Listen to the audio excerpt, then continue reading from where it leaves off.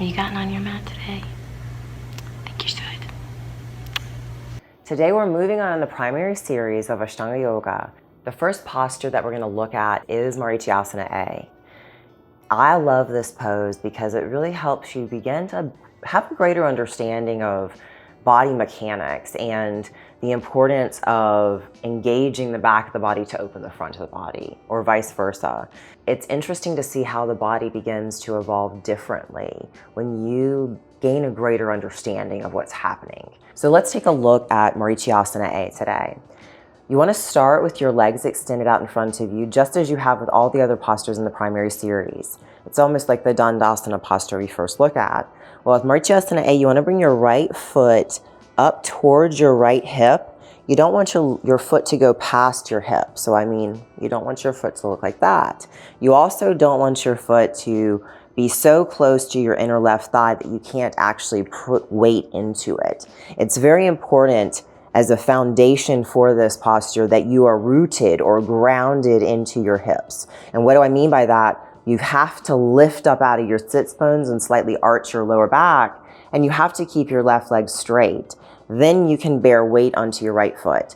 And if you're here, you can't do that. If you're here, it's torquing your knee. You don't want to ever do that. So once you find that special place where you can feel your glutes grounded down, your sits bones grounded, this is where you want to be. Well, most people don't start here. It's not the place that the body typically takes us until you work your way through it and you open your body and you gain more strength. So variation 1 for this posture is truly just to be here. And I quite literally mean just here, because some people are so tight through the back of the body or tight through the front of the body that they can't really even sit up straight. And this is the first expectation for this posture, that you can really hold your body weight in space like this. We got to get here before we can fold, because if you fold when you're already rounded, then you look something like this, and even crawling your way forward isn't going to actually help you open your body the way you need to. So begin here. It's your lower back. You have to begin to lift up out of your torso, ground into your sits bones, and learn how to hold your chest open. Your hip flexors are very short and tight and weak. So now you're having to really train your body how to hold itself in space. You're working with gravity. Now let's look at variation 2. If you can do that, maybe you work to grab your shins with both hands, and you're going to try to press your right knee into your right side.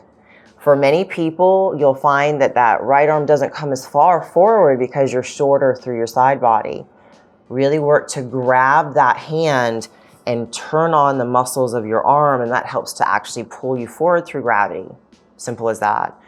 From here, you're going to actively press your chest up as you push your hands down, and you're trying to push both of your sits bones back into the ground. This is hard. If you can't do this, this would be variation 2 for you. And this is a really good place to stay because you're stretching and lengthening and opening your back, your lower back, where you're very tight and you're short and you're weak. And this is helping you to strengthen it and also lengthen it, and helps with pain. It helps with the body extension. If you can, eventually, or now, grab your feet with your hands. If you can, maybe you could wrap your right arm behind you. I would not recommend really starting this variation until you can fold forward with a flat back. And if you can, you're going to wrap your right arm around your body. Your left arm goes behind you, and ideally you're going to bind your hands back behind you. A lot of people, if they can't bind, and they're really rounded forward to try to get that bind, and it's the wrong way to go. You do not want to rotate your shoulder inward ever.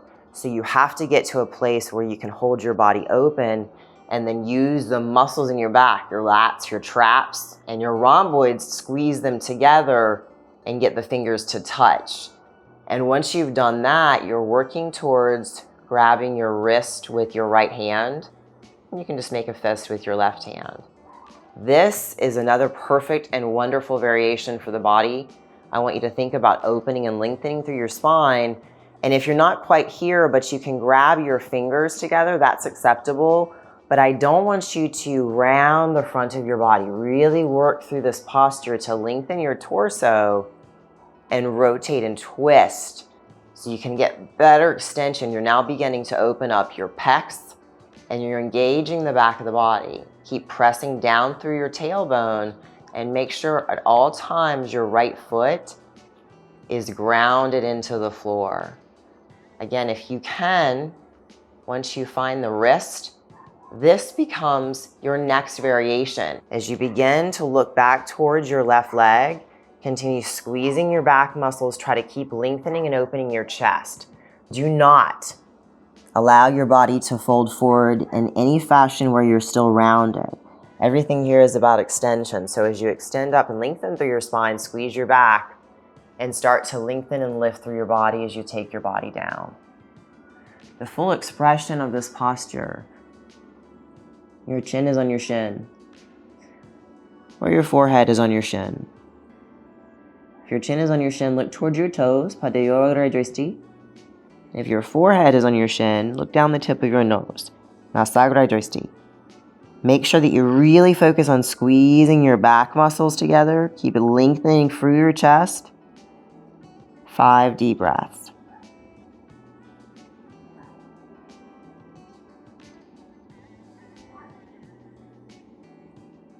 Inhale, lengthen your spine. Exhale, release, and take your vinyasa. So as you play with this posture, remember the variations are here to help you go deeper, slowly, step by step when you're ready. If you have questions, I'm an email away. Hop over to oloteacher.com and you can hit that contact us page. So now let's look at our left side. Same thing applies. You always want to try to work to bring your heel as close to your glute as you can, but you want to leave space between your foot and your thigh. What I mean by that is don't be here. Try to get here. And this is very difficult for some people if your hips are really, really tight, if your hip flexors are really tight, if your lower back is really tight. This is hard. So don't be frustrated because there's a lot more variations after this. Just start here and work to find balance on your sits bones. Work to lift. This is really hard. Push through your sits bones to lift out. Lower back, start to lengthen through it. Lift your chest forward and try to figure out a way to find balance. And this just takes practice. Practice, practice, practice. So start here. And if you're ready for more, test your body. Where are you in this position? Keeping weight through your left foot. You're pressing your left knee into your ribs. See if you can grab your shin, or you can really extend the body. You can find your breath, and you can find a place of balance in the process and really just connect, and it feels really good. If you find this is easy, see if you can grab your feet. If you can grab your feet, see if you can bind. Now that is not the pose yet, but that is important because if you can lengthen out through your scapula and through your lats, very important, really lengthen through those arms, then you can certainly work to wrap your left arm around your left knee and start to work to bring your right arm behind you. Once you're here, connect to your left foot, press it down into the ground, flexing your right foot to help from that right quadricep. Work to grab your left hand around your right wrist. Squeeze your back, open your chest, lengthen your spine. I don't want you to fold yet. I want you to feel how you can work to have some more control through your rotator cuff. This is hard for a lot of people. Our chest is tight, it's so pulled forward and our back muscles are weak. So here, try to squeeze your back. Try to squeeze your traps, your rhomboids. Open your chest, and it feels good, takes effort. And if you can do that, still holding onto your wrist or your hand, still grounding through your left foot, keep that back open. And then you're trying to really extend and lengthen forward over your right leg. You're not just folding, so try not to round your body and really connect to extension through your hips, through your head. Really breathe through your body. You'll take 5 deep breaths, squeezing your back muscles.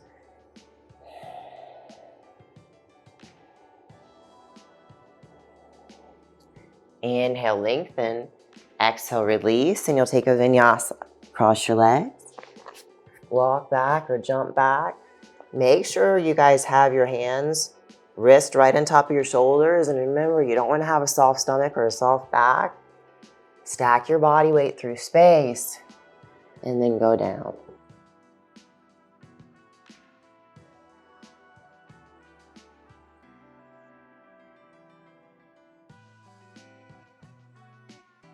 I hope you enjoyed looking at the different variations and the full expression of Marichyasana A. It is a really interesting pose. It's very humbling when you work with these postures, but as you evolve through them, it's very empowering. So enjoy the journey because it's really important. It's not about getting to the full expression of this particular posture. Enjoy the process and enjoy your body changing and evolving along the way. And remember, we have all the other videos that you can look at to help you get from the very beginning in Ashtanga Yoga, from Sun Salutation A all the way up to this point. If you found us through some random search, go back and search through this Yoga Asana series. Start in the beginning and work your way up to this point and really feel the change happen in your body. Thank you so much for liking, sharing, subscribing, and thank you for your comments. They mean a lot. Don't forget to hit that bell and make sure that everything comes directly to your inbox. I just got my very own Muse meditation headband. Today I'm gonna unbox the Muse S brain sensing headband, which I've been so excited to get in the mail. Muse is a brain sensing headband that helps you refocus during the day and recover overnight. This multi-sensing sleep and meditation headband has advanced EEG technology, so let's check it out. So when you open the box, let's see what's inside. First, you have the pod and the band. This is the Muse S, which is an upgrade from the original Muse because now it has better sensing and more flexible design for sleep. So this is what the actual headband looks like. It's really soft. I can't wait to put it on my head. Here is the charger, and here is the pod. Really cool looking. This headband uses advanced EEG technology to detect brain activity, heart rate, breathing, and body movements to provide real-time feedback through immersive soundscapes, enabling users to discover the practice that fits them best. And we're gonna test this guy out today, both in a meditation and this evening when I go to sleep, because what's so cool about this Muse meditation and sleep headband is it does track your sleep patterns, your body movements, helps you get better nights of sleep. And in addition, when you're doing meditation practice, it tracks your brain waves. So for those of us out there who are interested in better sleep and in enhancing our meditation, I'm really excited to have this in my toolbox. All right, so once you get your Muse headband, you wanna plug it in and you wanna power it up, and you need to download the Muse app, which looks just like this. So once it syncs together and you register, then you can start doing some of the different meditations they have. I love meditation, as most of you guys watching the channel know. I absolutely love meditation. I've really fallen in love with guided meditations over the last few years with Dr. Joe Dispenza. So I'm excited to check this out with some of their guided meditations, but I want to stress, for those of you out there who do not like to do guided meditations, you don't have to use the actual meditations in the app, but you can sync the Muse headband with the app so it can track your brain waves when you're doing your meditation, which is what's most exciting for me regarding this particular product with meditation. But I'm just as excited to go to bed tonight and start tracking my sleep. And as I said, it tracks your movements as well. I think this is gonna go a step above and beyond for those of us who really wanna get better sleep and wanna start tracking our sleep progress to see how we can actually improve it. So once you've downloaded this app and register, then we fit the headband on. So let's see how this works. It has the magnetic clips, and you wrap it around your head and you clip it on magnetically. Now I know the sensors, you have to get them really connected close to your ear.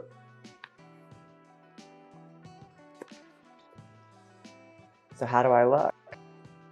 Now let's check it out. I'm gonna do a guided meditation and see how the Muse headband works. Make sure that you have your Muse headband fitted properly around your head, have it synced to your Muse app, and select the meditation of your choice. Then sit up tall with a straight spine, close your eyes, and experience your meditation.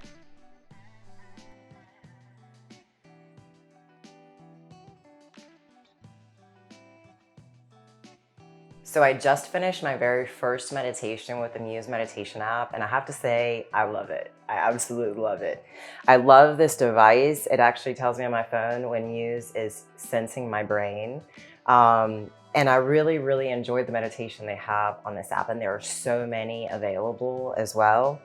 I cannot wait to play with it more and start to really get daily feedback on both my meditations and my sleep quality.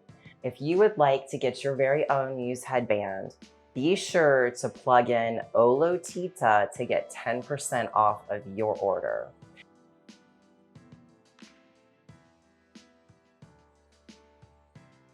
I'll see you here next time. Have a beautiful day.